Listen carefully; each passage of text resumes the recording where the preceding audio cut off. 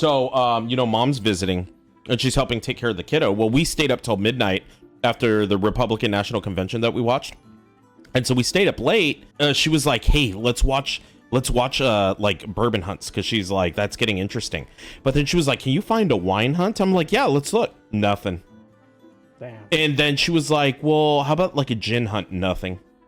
And then we looked up, she was like, well, why don't we find El Paso bourbon hunts? And there was like one couple, but they never filmed when they went in the store. They only filmed in the parking lot.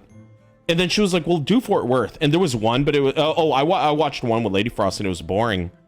And then mom was like, you know, you do this stream thing. What if you just did like bourbon hunting? Because like nobody else is. And I'm like, yeah. Maybe after I leave my job. Maybe that's where this channel goes.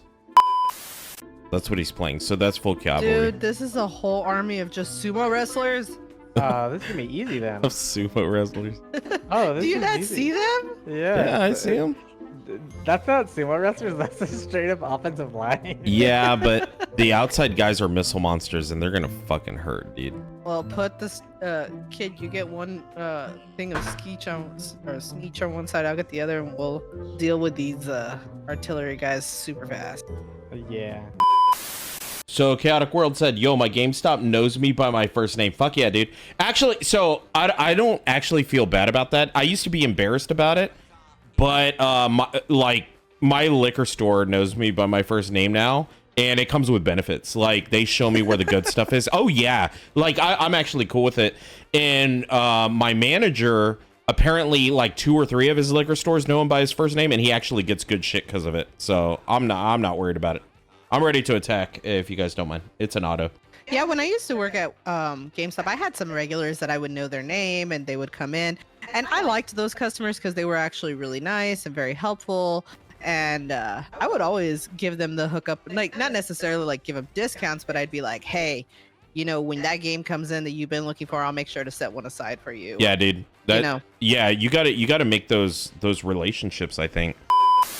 So the one thing I didn't like about working retail, and this is retail in general, is when they really started to push the whole like, oh, you know, every retail space needs to have a credit card.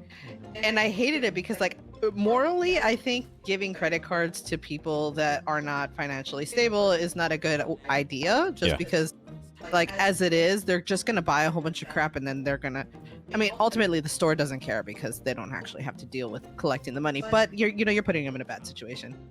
But I still remember I had this one kid that came in, literally, he must have been just 18. And he walks up to the register and he goes, hey, I need to see about getting more money on this. And I was like, what are you talking about? He's like, well, I got one the other day and they told me I had $250 on it. And I can't charge anymore, so I need more money on it. And I'm like, have you given a payment? And he thought it was like a gift card, so he did $250 worth of charges and didn't realize he had to pay it back. Oh my god. And I'm just like, it's like, let me explain how credit cards work to you real quick.